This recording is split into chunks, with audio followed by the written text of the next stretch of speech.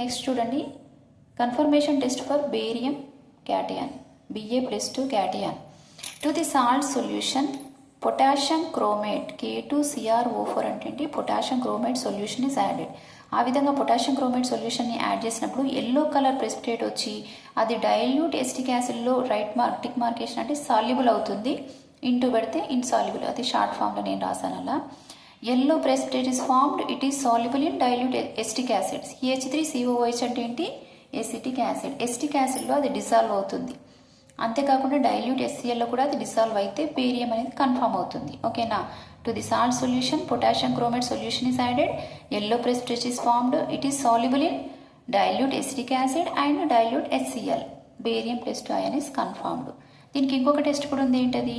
To the salt solution ammonium oxalate, నేను short ఫామ్లో రాశాను, అమోనియం ఆక్సలేట్ యాడ్ చేసాం. అప్పుడు వైట్ ప్రెసిపిటేట్ అనేది వచ్చి అది హాట్ ఎసిటిక్ యాసిడ్, వేడి ఎసిటిక్ యాసిడ్లో కరిగిపోతే డిసాల్వ్ అయితే అప్పుడు కూడా మనం బేరియం అయాన్ని కన్ఫర్మ్ చేయొచ్చు. ఓకే, నెక్స్ట్ చూడండి, ఇక్కడ కన్ఫర్మేషన్ టెస్ట్ ఫర్ కాల్షియం+2 అయాన్. ఇక్కడ కాల్షియంకి, స్టాన్షియంకి, బేరియంకి అన్నింటికి కూడా టెస్ట్లు సేమ్ ఉంటాయి, కానీ మనకు వచ్చే అబ్జర్వేషన్ అనేది డిఫరెంట్గా ఉంటుంది. మరి ఆ డిఫరెన్స్ ఏంటో చూద్దాం. ఇప్పుడు చూడండి, కన్ఫర్మేషన్ టెస్ట్ ఫర్ కాల్షియం+2 అయాన్. ఇక్కడ కూడా ఇంతకుముందు బేరియంకి ఎలా చేసినామో ఇక్కడ కూడా salt solution plus potassium dichromate. ఇక్కడ ఏం తీసుకున్నారు? ఇక్కడ చూడండి, ఇది K2Cr2O7 కాదు, K2CrO4. మూడింటికి సేమ్ ఉంటాయి. Potassium chromate. సో కాల్షియం+2కి కూడా మనం ఏం చేస్తున్నాం? సాల్ట్ సొల్యూషన్కి పొటాషియం క్రోమేట్ సొల్యూషన్ యాడ్ చేస్తే yellow precipitate is not formed. Yellow solution వస్తుంది, ఇక్కడ ఎల్లో ప్రెసిపిటేట్ అనేది రాదు. మనకి టెస్ట్ చేయడం సేమ్ చేస్తున్నాం. సాల్ట్ సొల్యూషన్కి పొటాషియం క్రోమేట్ కలుపుతున్నాం. కాల్షియంకి, బేరియంకి, స్టాన్షియంకి మూడింటికి కూడా ఒకే టెస్ట్. సాల్ట్ సొల్యూషన్కి ఏం కలుపుతాం? పొటాషియం క్రోమేట్ కలుపుతాం. ఎల్లో ప్రెసిపిటేట్ వస్తే బేరియం అయినా ఉండొచ్చు, లేదా స్టాన్షియం అయినా ఉండొచ్చు. ఒకవేళ ఎల్లో ప్రెసిపిటేట్ రాలేదనుకోండి, అప్పుడు ఖచ్చితంగా కాల్షియమే ఉంటుంది. అర్థమవుతుందా? బేరియంకి, కాల్షియంకి, స్టాన్షియంకి మూడింటికి కూడా ఒకే టెస్ట్ చేస్తున్నాం. ఏం చేస్తున్నాం? సాల్ట్ సొల్యూషన్కి పొటాషియం క్రోమేట్ కలుపుతున్నాం. అప్పుడు ఎల్లో ప్రెసిపిటేట్ వస్తే బేరియం అయినా కావచ్చు, స్టాన్షియం అయినా కావచ్చు. Yellow precipitate is not formed అన్నాడు. ఒకవేళ ఎల్లో ప్రెసిపిటేట్ రాకపోతే మాత్రం ఖచ్చితంగా ఏముంటుంది? కాల్షియం+2 అయాన్ ఉంటుంది. ఎల్లో సొల్యూషన్ వస్తుంది, ఇక్కడ ప్రెసిపిటేట్ రాకుండా సొల్యూషన్ వస్తుంది. అప్పుడు కాల్షియం+2 అయాన్ అనేది కన్ఫర్మ్ అవుతుంది. మరి సెకండ్ టెస్ట్ ఏంటి? To the salt solution ammonium oxalate solution is added. Ammonium ఆక్సలేట్ని కలిపారు.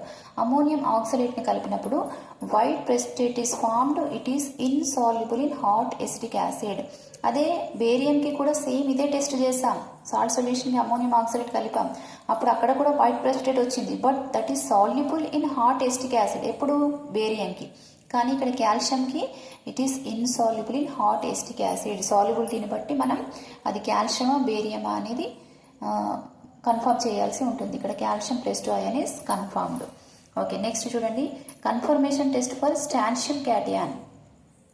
సాల్ట్ సొల్యూషన్కి పొటాషియం క్రోమేట్ K2CrO4ని కలపాలి. పొటాషియం క్రోమేట్ కలిపితే yellow precipitate is formed, it is soluble in acetic acid. It is soluble in acetic acid అయితే అప్పుడు స్టాన్షియం+2 ion అనేది కన్ఫర్మ్ అవుతుంది.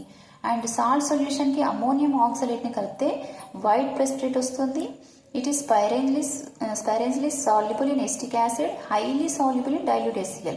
ఇది చాలా తక్కువగా ఎసిటిక్ యాసిడ్లో కరుగుతుంది, కానీ చాలా ఎక్కువగా డైల్యూట్ HClలో డిసాల్వ్ అవుతుంది, ఈజీగా డిసాల్వ్ అవుతుంది. ఆ విధంగా అయితే స్టాన్షియం క్యాటయాన్ అనేది కన్ఫర్మ్ అవుతుంది. ఇక నెక్స్ట్ చూడండి, మెగ్నీషియం. ఇంకా లాస్ట్ వన్. ఇవేవి లేకపోతే ఇక మెగ్నీషియం ఖచ్చితంగా ఉంటుంది. డైరెక్ట్ మన మెగ్నీషియంకి కన్ఫర్మేషన్ టెస్ట్లే చేయాల్సి ఉంటుంది. చూడండి, మెగ్నీషియం టెస్టులు చూడండి. సాల్ట్ సొల్యూషన్కి NaOH సొల్యూషన్ని కలపాలి. అప్పుడు white precipitate is formed, it is insoluble in excess NaOH. White precipitate వస్తుంది, కానీ అది సాల్యుబుల్ కాదు. ఇంకా NaOH కలిపినప్పుడు అది సాల్యుబుల్ కాకపోతే magnesium ion confirmed. Second test ఏంటి? To the salt solution ammonium carbonate, ammonium NH4 taken by CO3, ammonium కార్బోనేట్ని కలపాలి. ఆ విధంగా కలిపినప్పుడు వైట్ ప్రెసిపిటేట్ వస్తే మెగ్నీషియం+2 క్యాటయాన్ అనేది కన్ఫర్మ్ అవుతుంది. ఈ విధంగా మనకిచ్చిన యానియాన్స్ నుంచి ఒక యానియాన్ని ఐడెంటిఫై చేయాలి, కన్ఫర్మ్ చేయాలి.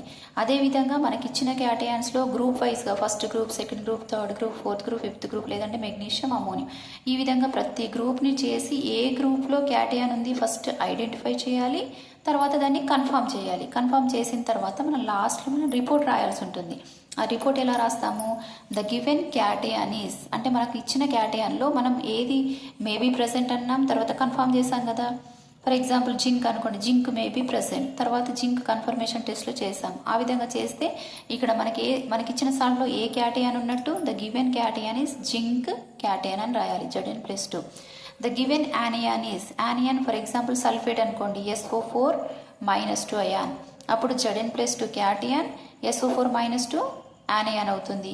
The given salt is, given salt అంటే అక్కడ జింక్ సల్ఫేట్ కాబట్టి given salt is zinc sulphate, ZnSO4, zinc sulphate అని రాయాలి. ఆ విధంగా రాస్తే మనకిచ్చిన సాల్ట్ ఎనాలిసిస్ క్వశ్చన్కి ఆన్సర్ కంప్లీట్ అవుతుంది.